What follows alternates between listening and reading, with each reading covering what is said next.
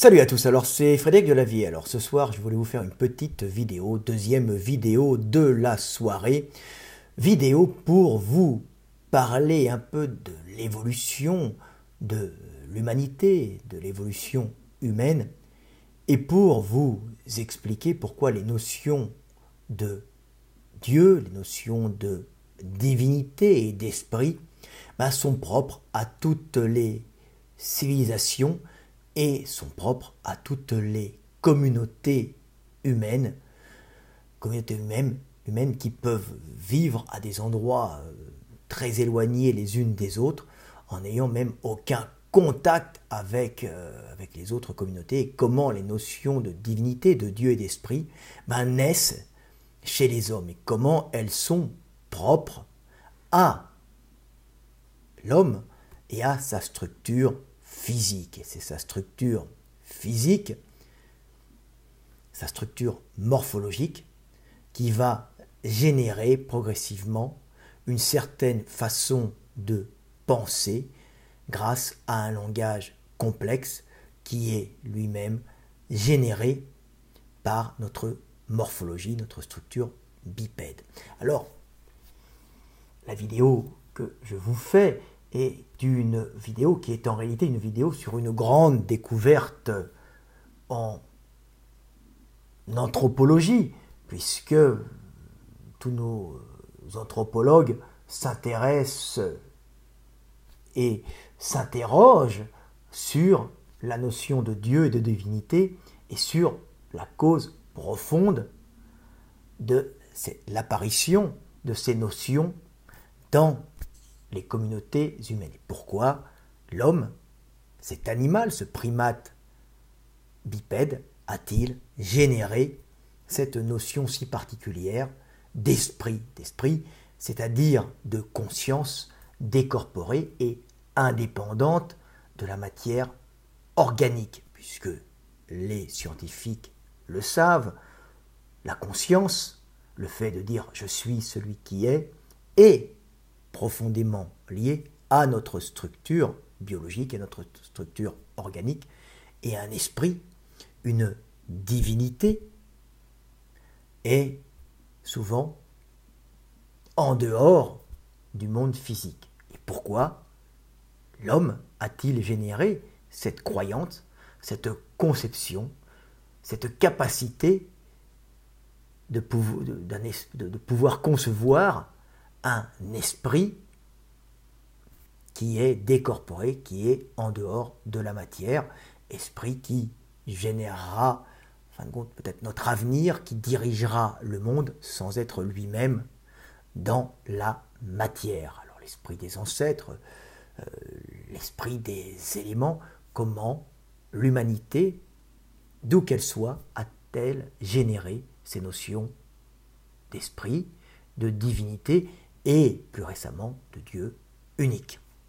Alors je vais vous expliquer ça, vous allez voir, c'est extrêmement simple. C'est une grande découverte, en fin de compte, que j'ai faite, une des plus grandes découvertes en anthropologie. Il faut bien l'admettre, Cheikh Delavier, c'est mon surnom, a fait cette découverte par le plus grand des hasards. Alors c'est extrêmement simple, la notion de divinité, d'esprit, est liée à notre langage complexe avec des notions de temps. Et notre langage complexe avec des notions de temps n'apparaît pas d'une façon fortuite, comme ça par hasard. Non, il est entièrement lié à notre façon, nous les hommes, de nous déplacer, notre locomotion bipède que nous avons adoptée en sortant de savane. Alors, je vous la refais parce que j'ai de plus en plus d'abonnés, je vais bientôt arriver sur les 80 000, donc j'en ai qui arrivent en permanence, donc sûrement les anciens partent, les nouveaux arrivent, donc il est bon de vous faire ce petit rappel pour que vous puissiez voir le monde tel qu'il est et pas tel qu'on vous l'a appris avec des dogmes qui ne sont pas la réalité. Alors, notre bipédie a enclenché chez nous la libération de la locomotion de nos membres supérieurs. Nous avons quitté notre forêt ancestrale, et nous nous sommes retrouvés en savane, savane milieu hostile. Bon, moi, je ne vais pas la refaire parce que j'ai fait des vidéos là-dessus, mais en savane, nous déplacions nos ancêtres dans de vastes espaces où nous pouvions, à la différence des forêts, indiquer où nous allions et d'où nous venions grâce à nos membres supérieurs, à nos membres antérieurs, si vous voulez, qui étaient libérés de la locomotion. Il est évident qu'un être quadrupède ne peut pas utiliser ses membres antérieurs comme des membres d'indicateur spatial. Donc, les mains libérées de la locomotion, et dans ce vaste espace, nous indiquions où nous allions, en montrant l'avant, et d'où nous venions, en montrant le passé, d'où nous venions, donc où nous allions le futur, d'où nous venions le passé, avec, en général, la main droite, chez nous, les hommes, ce qui permet de faciliter les communications, puisque la main droite, en fin de compte, si on est latéralisé, les communications entre les individus, que ce soit les communications transmettre des objets ou transmettre des indications, ça se fait beaucoup plus facilement quand on est latéralisé, puisqu'on va gagner du temps et on va gagner de la précision dans les indications et dans les fonctions mécaniques d'échange d'objets. Donc c'est un avantage, c'est pour ça que d'ailleurs l'ère du langage, une partie de l'ère du langage qu'on appelle l'ère de Broca, est à gauche, parce que c'est l'ère qui commande la main droite agissant dans des notions d'indication, puisque nous sommes droitiers, on se déplace et on va indiquer où l'on va avec cette main qui est liée au langage en fin de compte et aux notions d'indication spatiale et temporelle. Donc, en savane, nous nous déplaçons sur de vastes espaces et nous voyons au loin l'avenir et nous regardons derrière le passé, alors qu'en forêt, dans ce milieu confiné, le futur est relativement proche, puisqu'on ne peut pas indiquer très loin, il y a des arbres partout, et le passé, c'est très difficile à indiquer. Donc, ça apparaît obligatoirement en savane, et grâce à ces membres supérieurs qui sont libérés de la locomotion, les individus peuvent indiquer où ils vont, le futur, et indiquer d'où ils viennent, le passé. Ils remettent un son sur ce geste, ouhou, c'est très primitif au début, je vais, haha, je viens. Ils enlèvent les gestes et ils se retrouvent avec des notions de temps dans le langage, au début très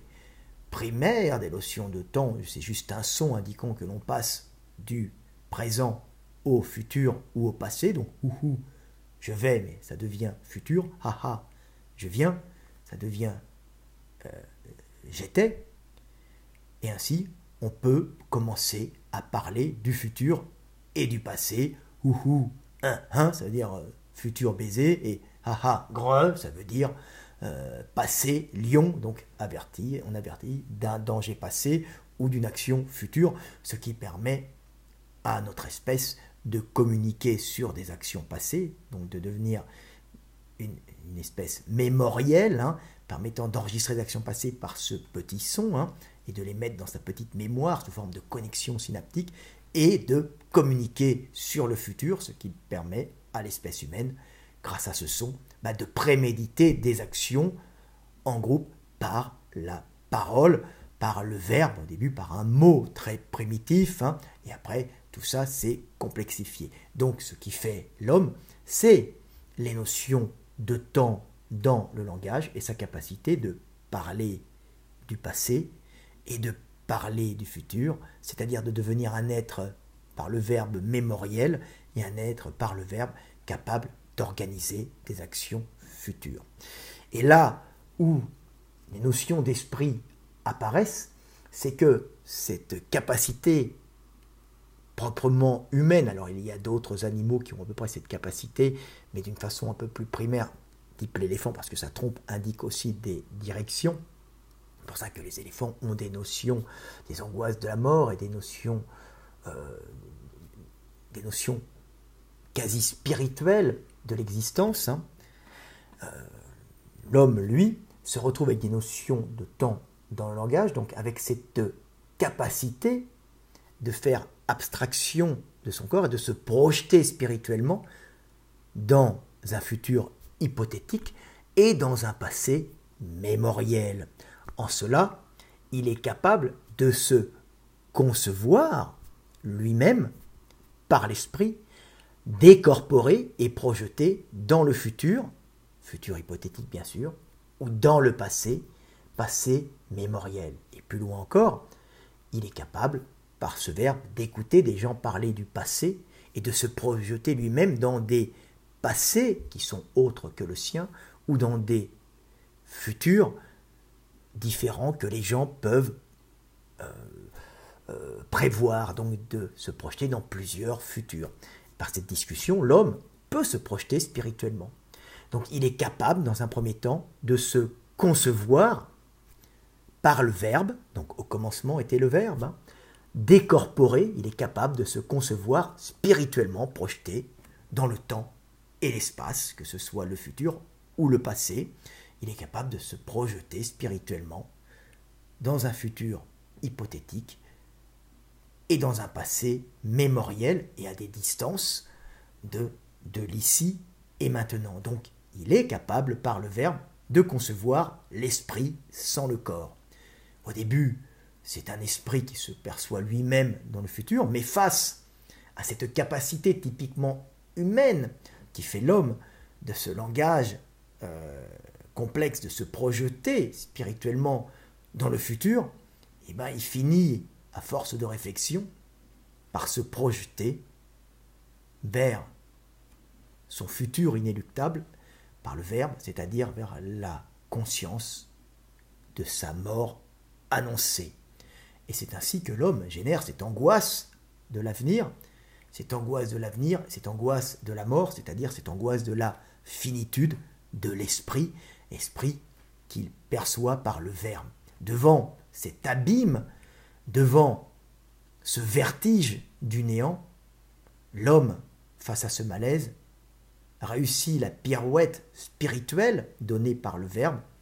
de créer l'esprit. Car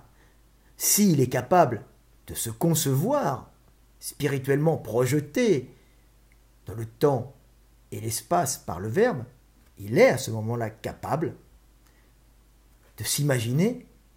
que son esprit peut continuer à perdurer indépendamment de son corps quand son corps aura péri et se sera corrompu et aura disparu. Donc l'homme commence à voir apparaître cette notion probable d'une vie après la mort, cette notion d'esprit qui est donnée tout simplement par notre capacité à parler du futur et du passé, donc à se concevoir, décorporer, donc à concevoir l'esprit. Donc face au vertige de la finitude, l'homme fait cette pirouette de créer les esprits, au début sûrement l'esprit des ancêtres, l'esprit de la nature, l'esprit des éléments, et par cela il commence à se créer une mythologie faite d'êtres invisibles qui sont les esprits et qui sont en fin de compte que des projections de notre capacité à se concevoir par le verbe en dehors de notre corps, dans le passé ou le futur, ou dans d'autres lieux, par le verbe.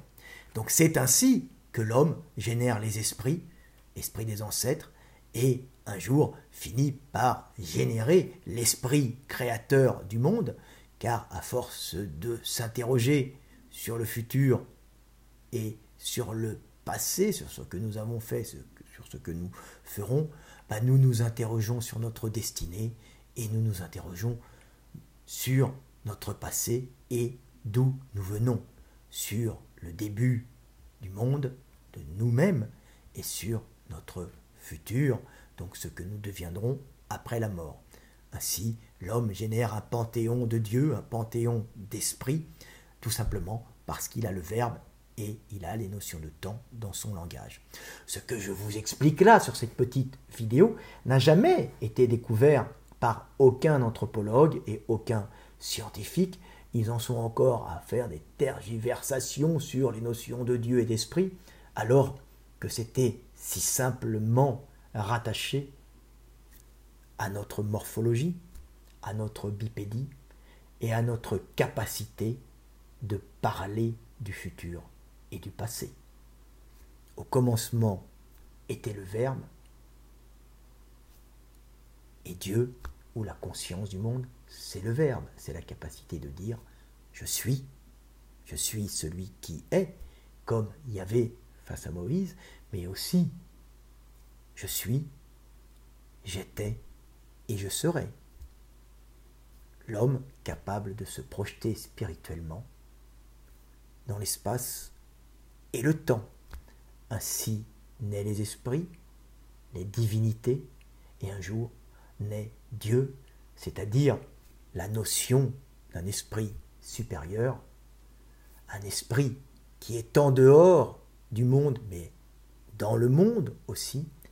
et qui génère ce monde tout en étant à l'extérieur. Alors, ma vidéo n'est pas faite pour nier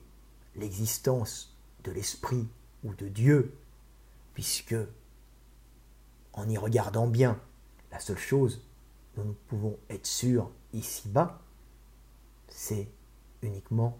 du fait d'être, le reste n'étant qu'illusion. Nous percevons le monde par l'esprit, mais le monde existe-t-il réellement? Où est-il en nous, dans notre tête? Tout ça est une vaste question, mais si nous analysons le monde avec les lois physiques de ce monde, ou de cette illusion du monde, on comprend que les dieux, les esprits, ne peuvent qu'être générés par le cerveau humain, et cela dans toutes les parties du monde et même de l'univers où il y a des êtres bipèdes. La notion d'esprit et de Dieu est fondamentalement liée à notre morphologie, à notre bipédie et à notre nature humaine. La notion de Dieu est liée au verbe et aux notions de temps dans le langage, et c'est ainsi que toutes les communautés humaines et toutes les civilisations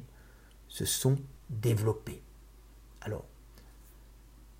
je mets à part bien sûr les religions, puisque les religions, ce sont des principes unificateurs, des règles et des lois et des histoires que les civilisations, que les groupes humains génèrent pour stabiliser les groupes humains et les unir par des rites et des croyances communes, ce qui fait que les groupes humains, étant plus unis par ces rites et ces croyances organisant le monde et calmant les hommes, ils sont plus résistants et peuvent mieux transmettre leurs gènes. Cette vidéo n'est pas faite pour vous parler de religion, elle est faite uniquement pour vous montrer que si Dieu est apparu dans la conscience des hommes, c'est qu'il ne pouvait qu'apparaître dans la conscience des hommes, car le monde tel qu'il est et ses lois physiques ont généré un être bipède, et cette bipédie a généré un langage avec des notions de temps, et ces notions de temps génèrent la conscience de l'esprit. L'esprit décorporé, l'esprit créateur, l'esprit qui rassure face à la finitude et à la conscience de la mort inéluctable générée par le Verbe, lui-même généré par la bipédie. C'était Fred Delavier, à bientôt et paix sur terre. Aimez-vous les uns les autres. Dieu nous aime, nous sommes conscience du monde, nous sommes conscience de l'univers. En cela, nous sommes divins. C'était Fred Delavier, à bientôt.